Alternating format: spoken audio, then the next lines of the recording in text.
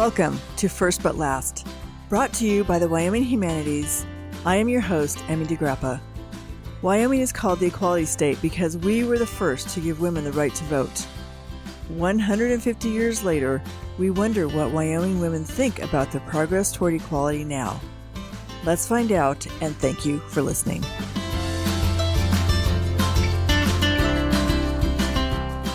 Today, we're talking to Carla Mowell. She has been an educator for 30 years and now makes her home in Shell, Wyoming. Welcome, Carla. Thank you. Thanks for having me. Well, before we get into your podcast, and tell me the name of your podcast again.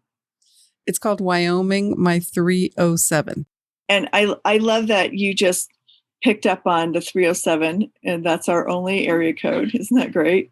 I know it is. I think when I was looking at that, I think there are like 13 states that have just one area code, and I do love that. Well, what brought you to Wyoming, and why did you decide to make Shell, Wyoming your home? Well, I've always felt most at home here. I grew up overseas. My dad was in the oil business, and my mom was from Bolivia. So every summer, Dad's company would give him the opportunity to take a vacation at home. So that meant that one summer we would spend in South America visiting my grandmother in Bolivia or my aunt in Argentina. And then the next summer we would alternate by visiting my grandma Rose, who lived in Grable, Wyoming, where my dad grew up. So I always felt like Wyoming was home. And in my family, as I mentioned growing up overseas, we talked about home all the time. You know, that phrase, when we get home, that always meant Wyoming, even though we never lived here as a family, but we always spent important family time here in the summer together. Well, and I think that's completely a twist in your story, because growing up overseas, but yet you call Wyoming your home. And was it always Shell? I would say like it started being Shell when I was like maybe 12. My grandma lived in Grable, so at first we would come and we would stay with her. She had a little tiny 2-bedroom house. So Dad decided, well, let's buy a little cabin, somewhere nearby, and bought this cabin that I'm living in now, bought it sight unseen, because he knew he wanted a cabin in Shell.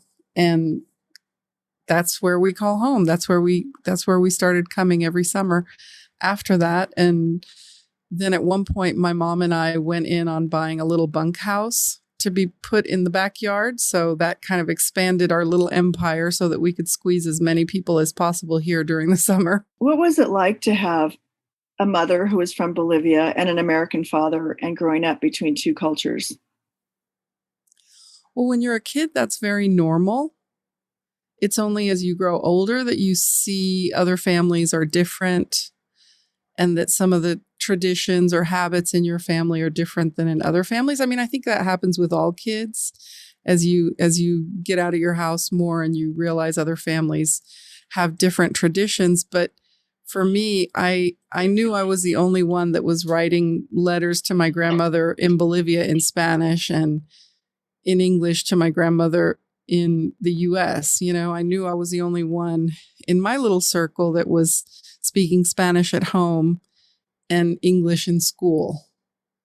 And even, going with my mom to the parent-teacher conferences for my little brother, because she wanted that backup. A lot of the things they would talk about were kind of out of her normal range of what she would discuss, how your kids are doing in school and stuff, the specifics of that. So I remember translating for my mom when I was little, but I also remember having like my own personal secret language with my mom. When nobody else nearby speaks Spanish, that kind of becomes your secret code just between you. And how did you explain or teach other kids the immense differences between all Spanish cultures? Did they always group you into one place, or did you help them understand that every Spanish-speaking country is its own culture. Yeah, I learned that more myself over time because my experience was in Bolivia when I was really little, and then in Argentina, like I would say upper elementary age is when we started going to Argentina. And I definitely saw the differences between Bolivia and Argentina. But it wasn't until really as an adult where I started traveling more in other parts of South America, where I did some work in El Salvador. I traveled to Venezuela a lot because I was married to a Venezuelan. So that's when I first went to Venezuela is when I realized this is so different from Bolivia and so different from Argentina. And then living in Texas, of course, I went to Mexico quite a bit. And Mexico is a totally different history and culture and aesthetic. So I don't think I knew that as a kid. I don't think that's something that came to me until I was an adult and I experienced it for myself. But you're right. Every single Latin American country that I've been to has been as different as, let's say, the US and Germany. That is so interesting. It's great to hear that you have a true perspective on it that you can share with others. And why did you decide to become an educator? Well, being bilingual really helped me get through the door in education in Texas. I always knew I wanted to do work like in social services or in the helping fields. So education was the first opportunity that I was given just straight out of college. I got my bachelor's and my master's at the same university in Lafayette, Louisiana. And then out of college, when I started looking for work, I went to my friend who lived in Texas. I went to visit her and just look for work there in Dallas. And I realized really quickly that in Louisiana, being a Spanish speaker wasn't a big benefit, but in Texas it was. So I started working for Catholic Charities first. I worked there for about a year doing, I don't know if you remember, in the late 80s was what was it called? It was like the amnesty program. So in the 80s, there was an amnesty program, and Catholic Charities was very involved in getting people ready for their amnesty hearings. So being a Spanish speaker was a huge help there. And then the school district recruited me. I don't have an education background, but they were looking for somebody for a new position. I don't have an education background, but they were looking for somebody who spoke Spanish, who was bilingual, and who could talk with parents and help them help their kids in school. So it was perfect because even though I didn't have necessarily a lot of training in that, I had that personal experience of, going with my mom and being the translator and helping my little brother with his homework. So I knew what the kids and the families that we were targeting for this program, I knew what their life experience was like, even though we grew up in very different circumstances. And what do you think are the challenges for Spanish-speaking children? I think it's very different depending on the community that you're in. So in some communities, they have bilingual education. It's like they're basically already honoring children where they're at and seeing it as a strength, not a liability. But I've seen other situations in which Spanish-speaking kids are basically treated like damaged goods, where it's like they're seen as for their deficit of English and not for what they already bring into the classroom. So that's really what appealed to me in the work that I did for 30 years was that we got to visit with families where they were at, and we actually got to support parents and kids in their home where they felt most safe and comfortable. I know for when I was a kid, it was challenging to feel like in some ways I was being asked to, help my mom with things that other kids wouldn't necessarily, whether that was translating or looking at a letter that came in the mail. and telling her, what it said and that kind of stuff. It kind of puts kids in a situation of responsibility younger than otherwise. And over your 30 years, did you see that change for kids? Did you see more openness to children being bilingual and having their first language as Spanish? I think it was just the environment that I lived in, living in Texas where there was a lot of bilingual education. It was definitely something that I didn't really see necessarily a big change over time because it was like that the whole 30 years that I worked. And that's really interesting too, because that makes me think of the migrant population and the families that move across the country to pick crops. Did you work with those families? Yeah, my first group that I focused on were migrant families. That was the first pocket of funding that we were able to secure, was how to help migrant families before they leave, because Dallas was their home base. So a lot of folks work with migrant families when they're in that traveling mode. But we worked with migrant families before they left Dallas to go to work in the fields, and then once they came back. So we were hoping to give parents enough material and support while they were in Dallas so that that gap between, let's say, April and October, that's when they would leave Dallas and then come back in October, so that that gap would be less damaging to their kids. And in a lot of ways, I think about those kinds of families who need that support right now during the pandemic. And you have to just wonder, with so much talk about kids working at their computers all day and how, from an early childhood perspective, that's not good for a kid to be sitting at a computer for 8 hours of school all day. But what about the kids who don't have the laptop to sit at? How are they accessing their education?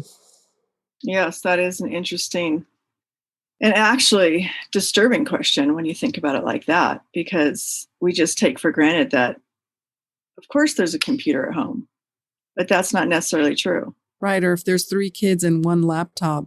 Right. How does everybody learn? That's true.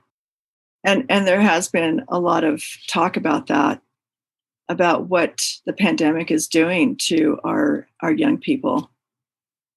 So, Carla, the other thing that I find really interesting is that you lived in Texas and now you made Wyoming your home, and you started a podcast, and it's Wyoming: My 307. And it explores people, culture, wildlife, geology, and history. And even though you haven't been here long, but you've been here all through your childhood and growing up years, and now you've made it your home where you're here 24/7, 365. How does that change your perspective, or how did you grow in a new perspective and appreciation of Wyoming? Oh, that's such a good question because I've reflected on that a lot myself. My experience of Wyoming before moving here was summers for the most part. I mean, I had been here in winter a couple of times, but it was very brief, like for a family funeral and that kind of stuff. So, as you know, Wyoming also has winters. I don't know if this is news to you, Emmy. Just a little. So that was the number one question people asked me when I said I'm moving to Wyoming was, oh my gosh, how are you going to handle the winters? Well, I knew that I could handle it because I'd lived in Scotland when I was a kid, and it's really cold, bitterly cold there. And I know that I don't like the heat. So I just figured, okay, I'm going to figure winter out. So that's been kind of the biggest adjustment has been, and change in perspective has been how different it is in the winter, not just the weather itself, which, you have to deal with, but also how different the culture is in the winter versus in the summer. People are so busy here in the summer. A lot of people get folks visiting during the summer. a lot of the activities that you do during the summer, of camping and hiking and getting outdoors, gardening is so huge here because I think people are just savoring every moment of sunshine and summer that they get. And then things slow down in the winter. There's all the projects that you save until winter because you're going to have some time to work on stuff then.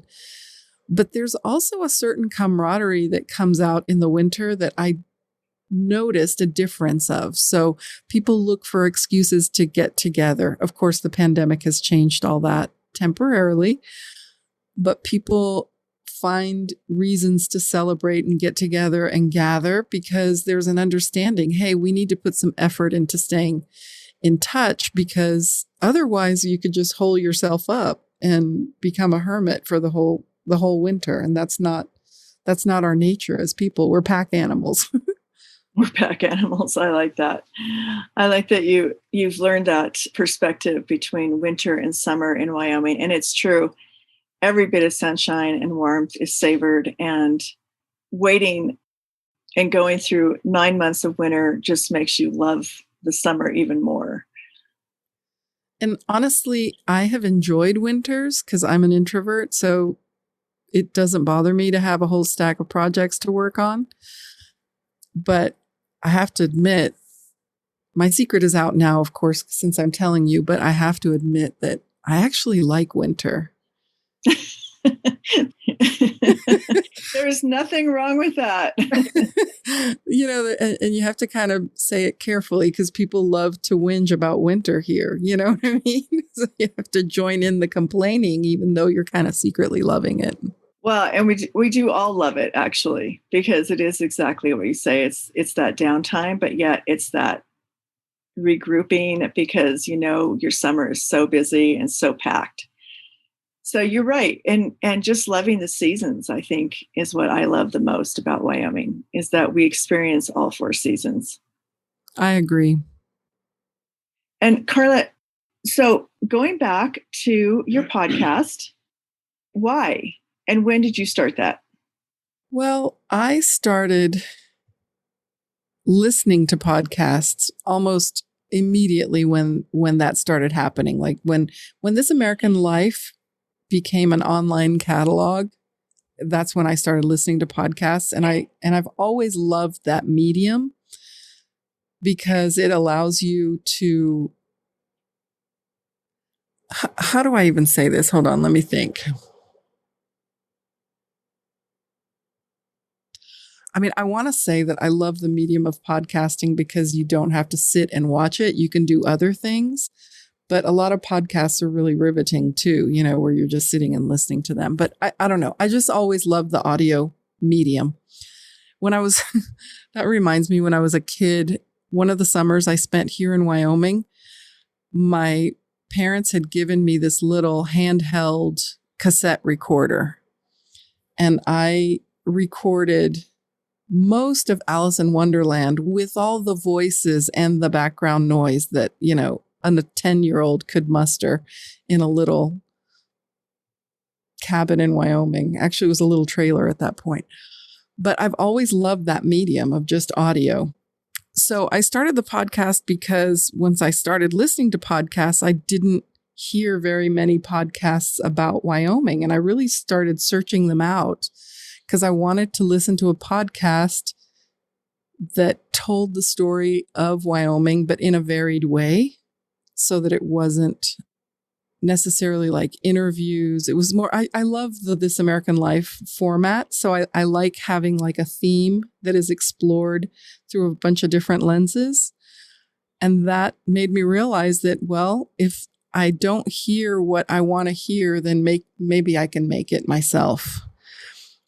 But living in Texas, not only was I busy, I was pretty removed from the experiences I wanted to have and things I wanted to reach out to here in Wyoming. So basically, I had to wait until I moved to Wyoming to start the podcast. Originally, I thought about starting just a blog where you can have pictures and explanations. I knew I didn't want to do YouTube just because the equipment required, and that's how I landed on podcast. And then from there, in terms of how you decide to find your subjects, or what intrigues you most about Wyoming and researching its history and culture? Well, I think what intrigues me most about Wyoming is that it has a very strong, people have like really specific perceptions of what Wyoming is, but there's so much more to it than that. So people's perception of Wyoming has to do with like cowboys and huge, expansive views, ranching, and that's about it. Like those are the stereotypes. Let's just call them that. But we know that there's so much more. There's a lot of nuance here. There's a very specific culture. There's a history that is kind of a hidden history. So there's like the mainstream history that's talked about, Buffalo Bill and the explorers and that kind of stuff.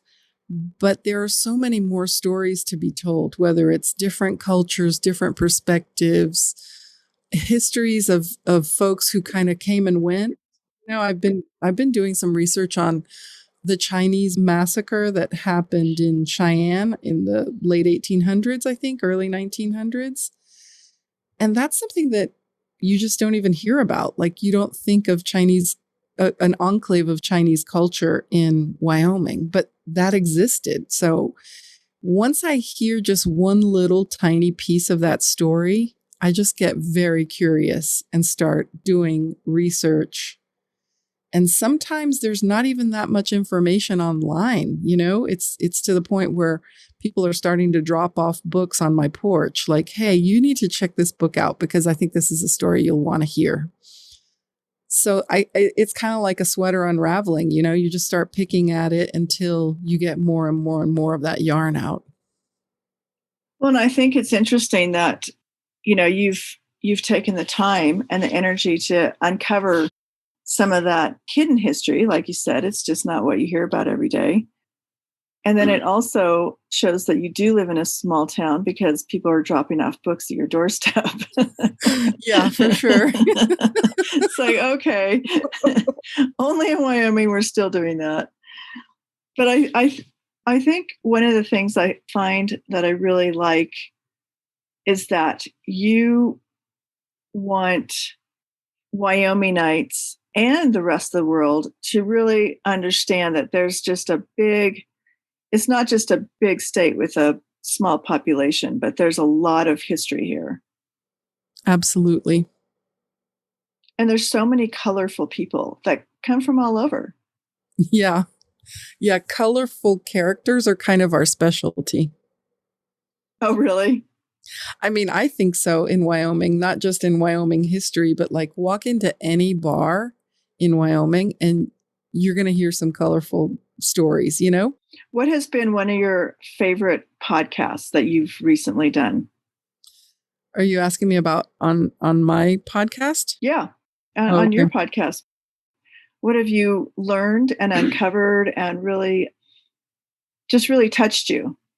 I don't have that many episodes in the bag yet. So each one has been truly a labor of love for me. I would say the episode of Gay in Wyoming meant a lot to me only because it gave me an opportunity to interview my cousin who grew up here in Wyoming in Basin and lives now with his husband in Washington, D.C. And we hadn't really talked about, our family stories and then his experiences of growing up gay in a really tiny town in Wyoming.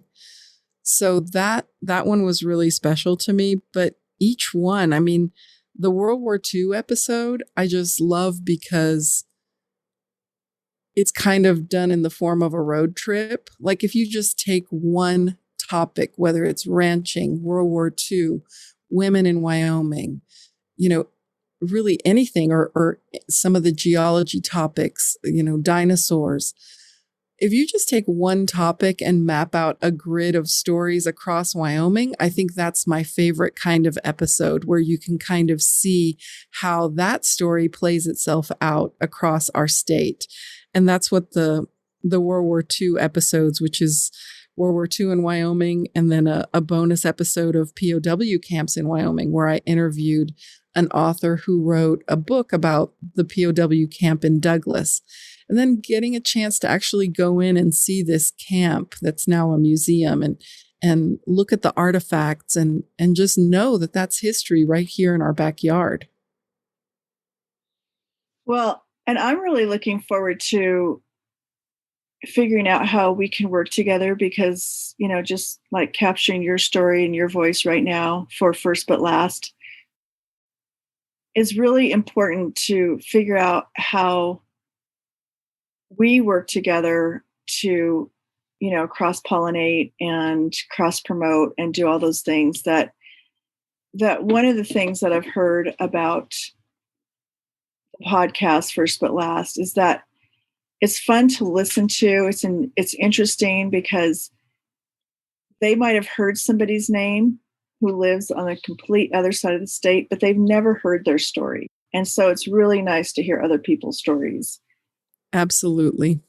And so I look forward to working with you on some projects. It's been so great to talk to you, Carla. Thank you so much for your time. Oh, thank you so much for inviting me. And I'm an avid listener, so keep up the great work. Oh, thank you. Thank you for listening to First But Last, brought to you by the Wyoming Humanities.